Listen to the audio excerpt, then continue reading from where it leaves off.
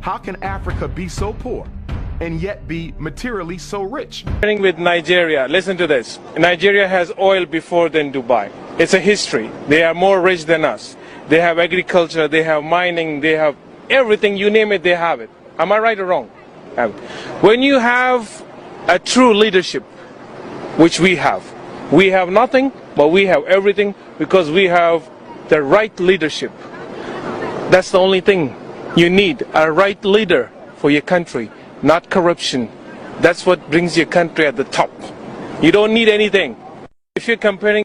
Hello, welcome to my YouTube space. Now, in this video I'm going to talk about, or the question I'm asking is, why is Africa so poor and yet we have every resources we need to make our country great? Countries like France, America, England, they're depending on Africa. China is depending on Africa, and yet they are so rich, or filthy rich. Now, I want you to watch this video. This guy is an Asian man. I think it's from maybe Dubai or Qatar or Saudi Arabia. Is an Arab, and is saying the problem of Africa and why they are so rich than us. You know, watch this clip. Starting with Nigeria, listen to this. Nigeria has oil before than Dubai. It's a history. They are more rich than us. They have agriculture, they have mining, they have everything, you name it, they have it. Am I right or wrong? When you have a true leadership, which we have nothing, but we have everything because we have the right leadership. That's the only thing you need, a right leader for your country, not corruption. That's what brings your country at the top. You don't need anything. If you're comparing...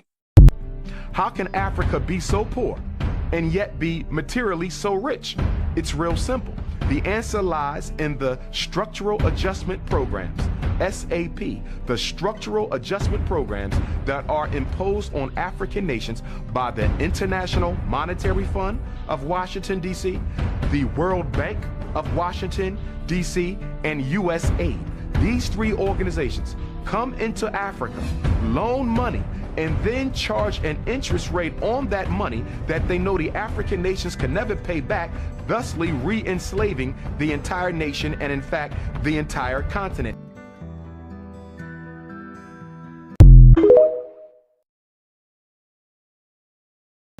Welcome back. Now, leadership is all that it takes to make a country great. You may have a country that has everything, has gold, has copper, has uranium, has the soil is rich, that you can plant anything, and in the real sense the people of that country may not supposed to cry of hunger, water shortage and everything. But the countries in Africa, they have bad leadership, and this bad leadership, that's what is causing us a lot. It is causing the children of Africa, they are dying of poverty and hunger simply because of bad leadership. When we talk about bad leadership, we talk, for example, about Nigeria, a country like Nigeria. There's a country like Kenya. There's a country like Congo. There's a country like Sudan. There's many countries in Africa that they are dying. People are dying because of this bad leadership. And that's what is killing Africa. He has just spoke the truth. Asia, Saudi Arabia, or Arabs, they are thriving so well, and they don't have anything. Their country is just drought. You know, a country like Dubai, you see a lot of Africans going to Dubai for vacation because Dubai has grown, has really grown. You know, and everyone wants to go in Dubai to have for vacation. When you go to Dubai, you think that you have had everything, but it's because of their good leadership. The leaders who want a country to be better, the leaders who are fighting for the people of that country. Not like Kenya. Kenya is so different. It's like we have everything that we need, but we, the people, the youths, lack of employment, the farmers, they cannot, the farmers are losing their products because of bad pricing, We are economically poor, infrastructure poor, and these foreign countries like USA, China, or this organization like IMF and World Bank, they take advantage of that. And when they take advantage of that, they are eating from us, but us ourselves, we don't get anything. Now, everyone is fighting Ibrahim Traore from Burkina Faso. France is fighting Ibrahim Traore. USA is fighting Ibrahim Traore because this is a good leader. And a good leader will not be accepted by the foreign powers. The foreign powers, they want their own puppet. Someone like William Ruto.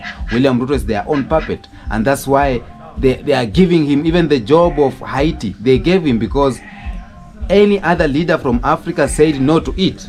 It's only William Ruto who accepted because this guy loves money a lot. So, that is example of bad leadership, poor leadership. Ibrahim Traore is a good leader. Which each and every country want a leader like that because he has the interest of the people in his heart. And the people love him, the youths love him, the mothers in the village love him because he is showing that he wants the betterness of the people of Burkina Faso. And that's why they are fighting him. That's why they don't want him to be the president. That's why they are planning coups attempts, coup d'etat onto him because he is a revolutionist. He is a pan-African. And one thing that white people don't want is for us Africans countries to unite. They don't want black people to unite because once we unite, that's the end of their tenure. Once we unite, that's the end of their colonization. Right now, they cannot colonize us directly, so they have this thing we call neocolonization. Neocolonization, they are using our own people, our own black people, our own presidents to colonize us. They are putting laws, they are giving us debts, and these debts is a sign of colonization. This IMF that we run every day trying to pay, the IMF loan, the World Bank loan, it is a neocolonization. And they put laws to control, to govern our countries. We don't run these countries by our own. We don't. William Ruto don't run this country by his own because he's following the laws and orders from these money entities. And that's why our country, Africa, poor African countries remain poor, and yet they have huge amount of loans on their backs. It's because they will not allow that money to be used to build schools, hospitals, and everything. But if you get a good leader, if you get good leadership in your country, that means that you guys, you will smile forever. It only takes to get a good leader. That's all. Because a good leader will fight for his people. A good leader will call for unity of the country. A good leader will call for peace in the country. A good leader will make sure children of that country go to school without any interference. A good leader will make sure we have good health facilities in the country. A good leader will make sure we have good roads in the country. Just let's take an example of with a leader called Moi in Kenya. His area, he was coming in a region where, you know, the Rift Valley region. Right now, when you go to Rift Valley, you will find there's good roads, even in the interior where there's no good, a lot of vehicles passing there. But because he was a leader coming from that area, he made sure that his people of that area, they are having good roads. They are having large tracts of lands. Everyone there has access to cheap fertilizer. And the country or the region was feeding the country with maize and everything because of a good leader. Now, that's an example of that president from coming from that region of Rift Valley. We have another example of a guy called Musalia Mudavadi coming from a region of Luya community. He's a leader, but not a good leader. His area does not enjoy even a single hospital. If his area does not enjoy even good roads, tarmac roads, because he's not a good leader. So examples of good leaders and bad leaders, let's take for example Paul Kagame of Rwanda. the country has debts, the country has loans, but Rwanda right now is the most cleanest city or cleanest country in the world. Rwanda right now is one of the most developed country, or it's developing country in the world. When you go to Rwanda, Rwandians are happy with their president. Now they went to vote and they gave Paul Kagame 99% of his votes because they love him. They know what Kagame has done to the country. But take the example of Kenya. Everyone is saying that they did not vote for Ruto. So who voted for Ruto? Everyone now is claiming not to be a follower of William Ruto. Simply because, yes, we voted for him, but he has shown that he's not a good leader. Nobody wants to associate himself with President of Kenya, William Ruto. William Ruto right now, he is the there's this information that came just soon, most corrupt leader in the world right now, following the president of Nigeria.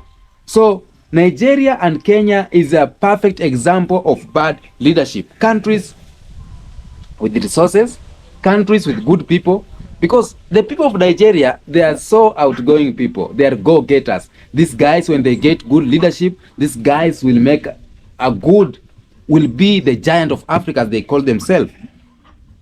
Kenya, to be precise, these guys, they are the most educated. Even the president of Kenya, he is the most educated president. But because of his leadership qualities, the country is dying in poverty and hunger. The people are suffering, and just because of that. So we as Africa will answer this question of how is Africa so poor and yet we have the resources, we have everything, we have water, forest, natural gas, we have anything, the minerals. Why are we poor? It's because of bad leadership. You may not have everything or anything, but because you have a good father, he will provide and make sure that your house will stand firm. But you may have everything, but you have poor leadership skills, and you will end up destroying what you have. Okay? So poor leadership is what is killing Africa. Tell me what you think on the comment section about this video. Why do you think, or what do you think by you makes Africa to be poor and yet we have everything? Tell me what you think there. Don't forget to subscribe on my YouTube channel. Of course, I am somewhere here. You can check. Africa is beautiful. You can see. This is the beauty of Africa. Those people who think that Africa is somewhere that I just wish you come to Africa, visit. If you are watching from Jamaica, if you are watching from America, South Africa, United Kingdom, yeah, come and visit Africa. Beautiful place. Until next episode, peace be with you.